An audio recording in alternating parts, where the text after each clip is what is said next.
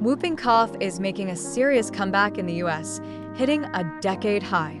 This highly contagious disease, caused by the bacteria Bordetella pertussis, can be especially dangerous for infants. Symptoms start like a common cold, but can escalate into severe coughing fits that leave you gasping for air. Vaccination is key. Most of us get our shots as kids, but immunity fades over time. That's why adults need a booster. With cases rising, it's crucial to stay informed and protect ourselves and our loved ones. Don't let whooping cough catch you off guard.